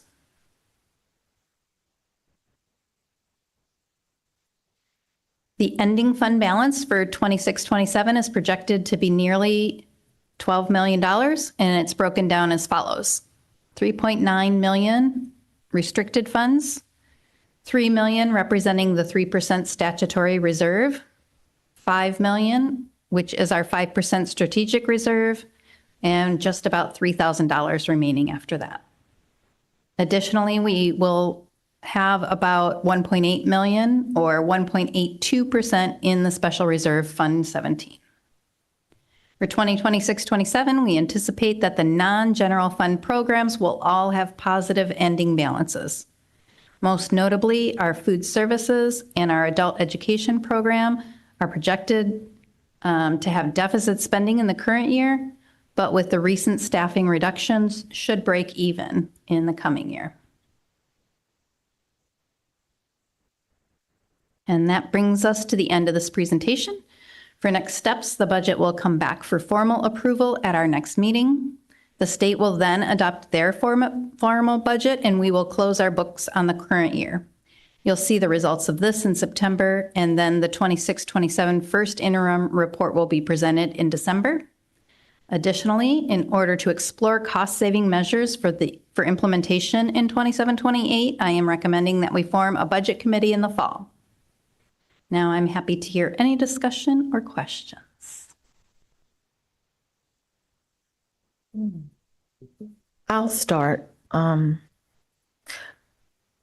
don't know how you do this, but I'm so glad that you are doing it. It's just laid out so nicely, and because it's becoming repetitive to me, it's so thank you for all the steps before today with preparing us for these numbers and just keeping everything. Just thank you so much. Thank you. Great presentation as always, Tina, and I think you deserve just as many kudos as you were given to Ms. Baca for, how well you keep this all together and present it for us in ways that we could understand it better. I think the idea of the budget committee is really cool, though. I think that kind of take a lot off your plate trying to figure that out yourself, too. I think a committee would be good for that. I don't have any questions. I know we just went over all this stuff with you guys pretty recently. So I just want to thank you for all your work. Thank you. So Ms. Van Rapport, with regards to the budget committee, do you anticipate the makeup to be similar from previous years? Might be helpful to just describe it since we do have. Sure. So we have had a budget committee approximately every 3 years since I've been on board. And historically, we have simply opened it up to anybody who wants to participate. We've invited parents, students, staff members, of course. We've paid staff members to participate, and it's been 4 or 5 sessions after school over the course of, we try to get it finished by December or January so that there's time to implement the recommendations for the coming year. So it could be 1 or 2 meetings a month for a total of 4 or 5 meetings. And historically, we've had, maybe about 15 to 20 people participate, so pretty good. Great. Thank you very much. I don't really have anything else. I think I just want to, even though we are a community funded district, I think it is important for us to continue to advocate to make sure that the Prop 98 withholding does not occur, because that does impact our feeder districts in particular. Because that amounts to $643 per kid. And I think for Pacifica School District, I think that number is around $2 million. Talking to school board members in San Francisco, that's about $30 million for them. So it's pretty significant. And especially since we don't know exactly when the money will come to us. Yeah. So I think it's important that we continue our advocacy to make sure that this does not happen. Thank you for that. I agree.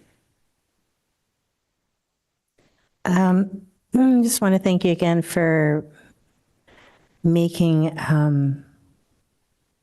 this presentation very accessible so that anyone who wants to look it up online, it's so easy to follow. And it's, just very thoughtful. I don't have any other comments except that it's great work, and thank you for making us, for me, it's always a reminder of how precarious things can be, and that you look at every scenario and people are saying, you've got all this reserve. Well, it's, we're conservative for a reason. We don't get a lot of money. So But this is, thank you for always keeping us keeping us updated on the budget and anything that's coming down the pipe too. So that we're not totally surprised. Right.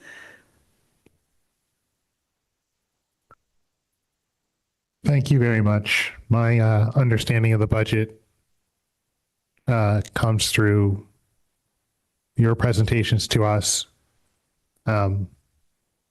possibly majority through Excel spreadsheets. And I was like, how did she do it? And I thought about two things.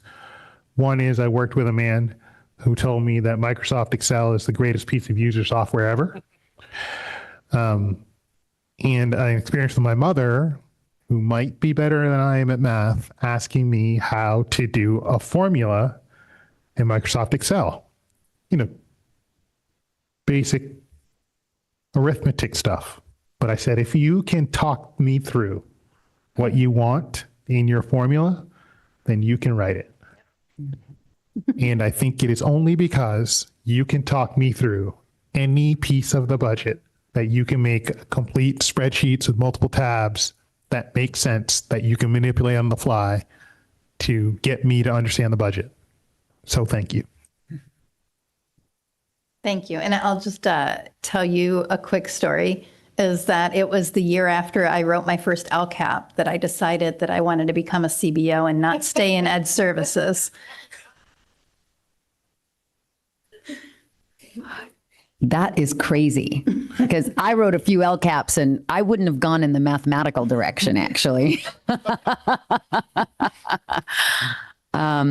I was just going to say thank you very much, but I wanted to add on to what President Walker said, because your use of the Excel spreadsheet, which I am not like it is all sort of magic to me, what you do, the way that you are able to walk all of us through, like we have conceptual conversations and then you go and implement it and have different tabs so that we can try different things.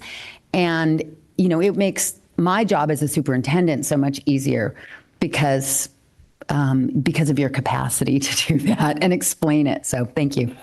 But thank you very much.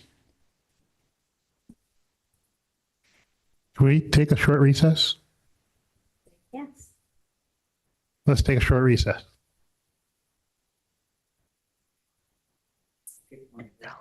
Are we still on YouTube during?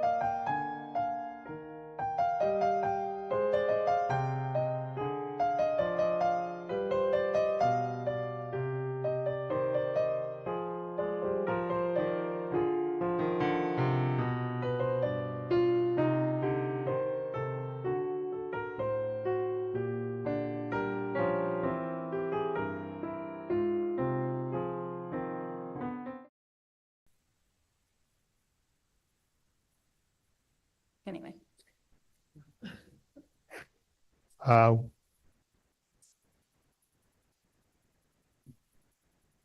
Item. I feel like I'm looking at the wrong thing here. 15B. 16B2. 15B2. Thank you.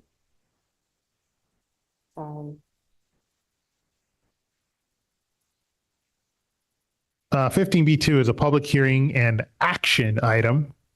Jefferson Union High School District Teamsters 856 contract negotiations proposals. It's only a public hearing.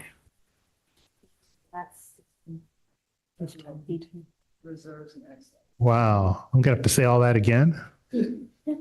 15B2 is a public hearing regarding 2026, 2027 reserves in excess of the state minimum level. Ms. Van Raphorst. Thank you, President Walker. This item allows a chance for the public to provide comments on the district reserve levels. The minimum reserve allowable for our district is 3%. And as previously mentioned, we have current reserves that exceed that minimum. This is not an action item, but is a required public hearing item.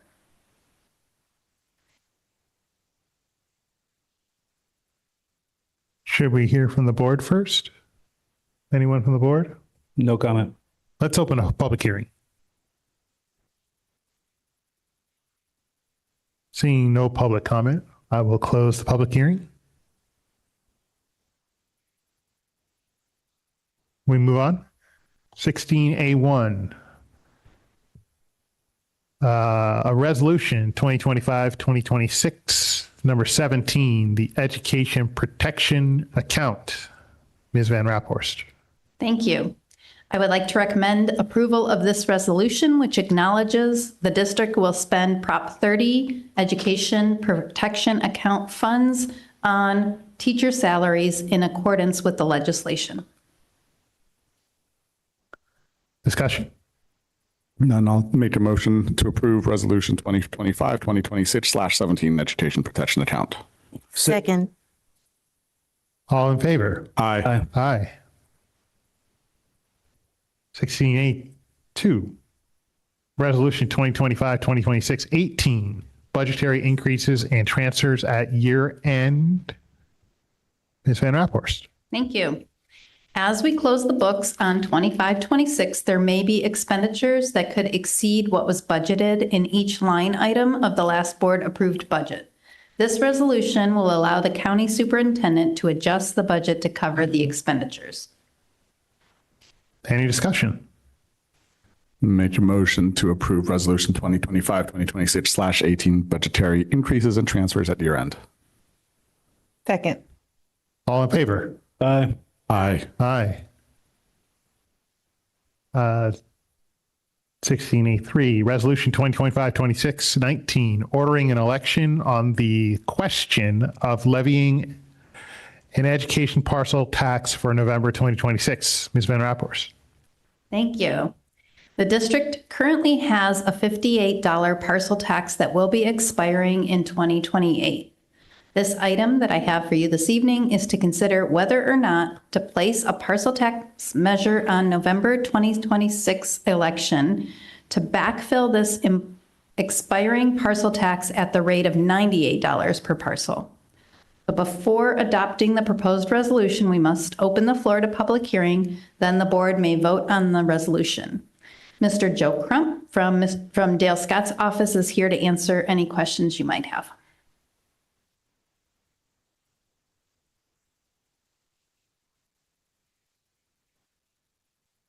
By opening now? Are we discussing first? Or are we opening first? I don't really have any questions at all. I remember we had the presentation a few months back that showed that the data was pretty strong in favor as long as we stayed beneath a 3-digit number. So I feel pretty good about where we're at. So you just need to have the public hearing anytime before the motion. Gotcha. Thank you. Thank you for coming. I'm sorry we don't have a lot of questions for you. Let's open a public hearing. Seeing no public comment, I will close the public hearing and we can look for some action. Move to approve resolution 2025-2026/19 for the election on the question of levying an education parcel tax for November 2026. Second. All in favor? Aye. Aye. This 16A4, the public disclosure of proposed bargaining agreement with American Federation of Teachers Local 1481, Ms. Van Raphorst. Thank you, President Walker. Later on the agenda, Ms. Baswino will be asking the board to approve a tentative agreement with AFT. This agreement includes salary increases. AB 1200 stipulates that prior to approving any collective bargaining agreement that increases costs to the district, the board must adopt a public disclosure that outlines the impact to the budget. This public disclosure document that's before you is based on the most recent approved budget, which was adopted in March as the second interim report, and it includes the impact of the proposed tentative agreement. It shows that the district can meet the projected cost for the fiscal year and subsequent 2 years. As noted in the document, the district will use reserves to cover the increased costs. This document has been reviewed and affirmed by business staff at the San Mateo County Office of Education. So with that, I would like to recommend that the board approve the public disclosure as presented. Motion to approve. Second. I wasn't done. Oh, sorry. Come on, Andy. Hey. Motion to approve public disclosure of proposed bargaining agreement with American Federation of Teachers Local 1481. Second. All in favor? Aye. Aye. Thank you, Ms. Van Raphorst. 16B1. 16A5, we need to bring back the board calendar. Move from the consent agenda to 16A5.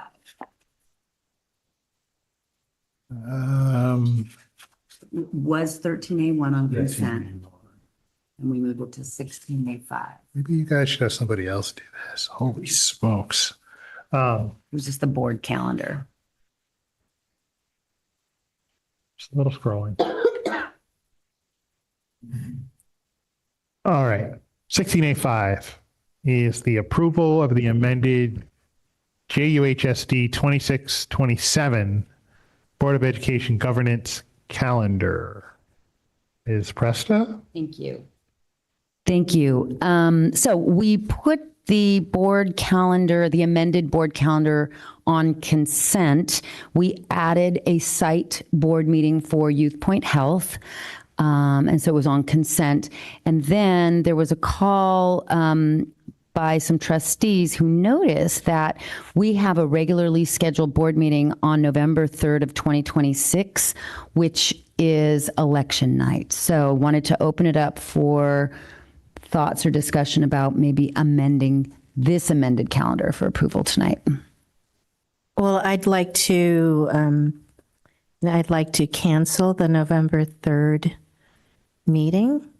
And also I believe that we have a November 7th meeting on calendar for that Saturday. Right. And so I thought that, it would make sense to cancel that as well, since we don't have it reserved for anything in particular. And we still have a meeting later in the month. right. Great. So make that I concur. Make that Concur with motion? change. Yep. Okay.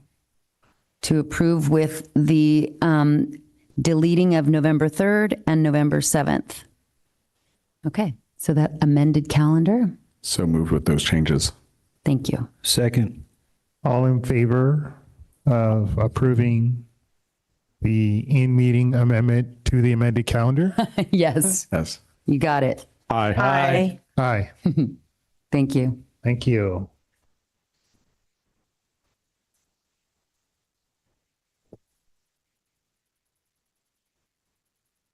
How about 16B1 now?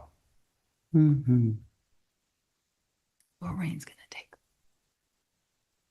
Um, Dina's sick. Okay, 16B1 is 2026, 27, 2027, 28, 2028, 29, and 2029, 2030 adult school calendars. Good evening. The first item for your consideration is the adult school calendars for 26, 27, 27, 28, 28, 29, and 29, 30 school years. These calendars are only applicable to adult programs such as the high school equivalency courses. I welcome any questions. I don't recall doing this before. Is this a regular event? Yes, well, it's every so many years, yes. Sounds good. So maybe in, Could be a while before we do it again. thank you. Move to approve these 4 calendars. Second. All in favor? Aye. All right. 16B2, which I've been trying to get to for a while, but we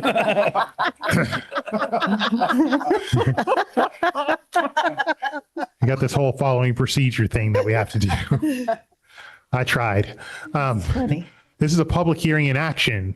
Jefferson Union High School District. Teamsters 856 contract negotiation proposals for the 2026-2027 school year. Ms. Pasquino? Correct. This next item for your consideration is the opener letters for Teamsters 856 and the district in preparation for negotiations. Both parties are only opening salary and benefits for this cycle of negotiations. We are looking forward to the negotiations.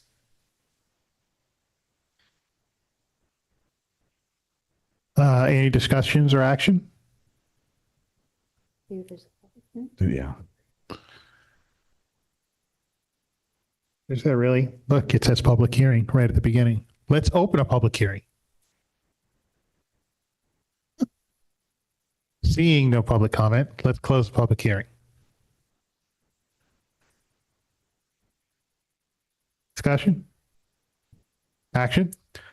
Move to approve the to open, I guess, what's the proper, adopt the initial proposal for the Teamsters and 856 contract negotiations proposals for 26-27.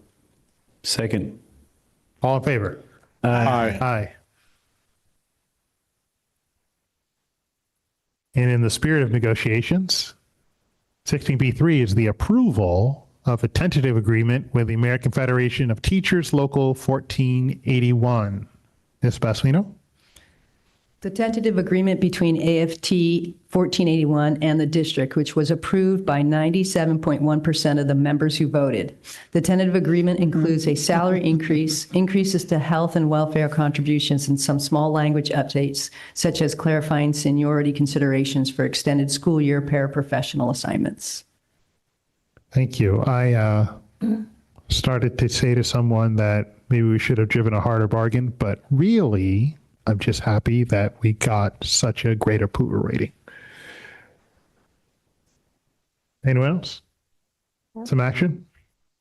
Move to approve the tentative agreement with AFT Local 1481. Second. All in favor? Aye. And thank you for all your hard work on that. Very good. Appreciate that. Very good. 16B4, a declaration of need for fully qualified educators, 2026-2027. Ms. Pasquino? The declaration of need is a document that is approved annually by the board. The document outlines key priority areas for hiring, such as special education and world languages. Approval of the document enables the district to hire candidates on waivers and intern credentials when there are no qualified applicants.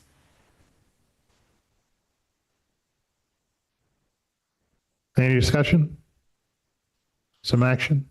Move to approve the declaration of need for fully qualified educators 26-27. Second. All in favor? Aye. Item 17.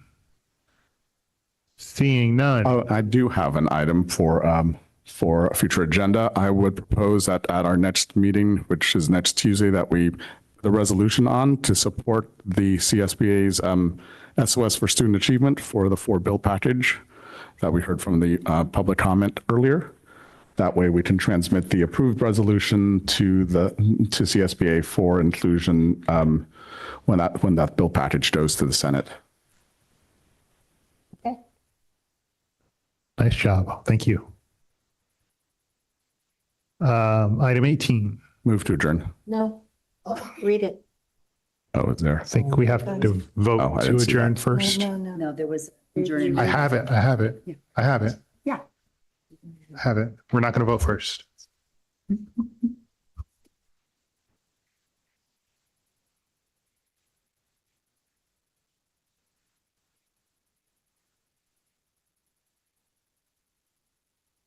We adjourn tonight's meeting in memory of John Seaman, beloved husband of Ruthie Seaman, a cherished member of the Jefferson Union High School District family, both as a retired teacher and as a dedicated substitute teacher who continues to serve our students and schools with care and commitment. John passed away on April 15th, 2026, after a period of illness. By all accounts, he and Ruthie lived a life full of shared adventures, and the love and spirit they brought to their journey together was a reflection of the warmth Ruthie brings to our community each and every day. On behalf of the Jefferson Union High School District, Board of Trustees, and the entire JUHSD community, we extend our heartfelt condolences to the Seaman family and to their many friends and loved ones during this difficult time. Our condolences.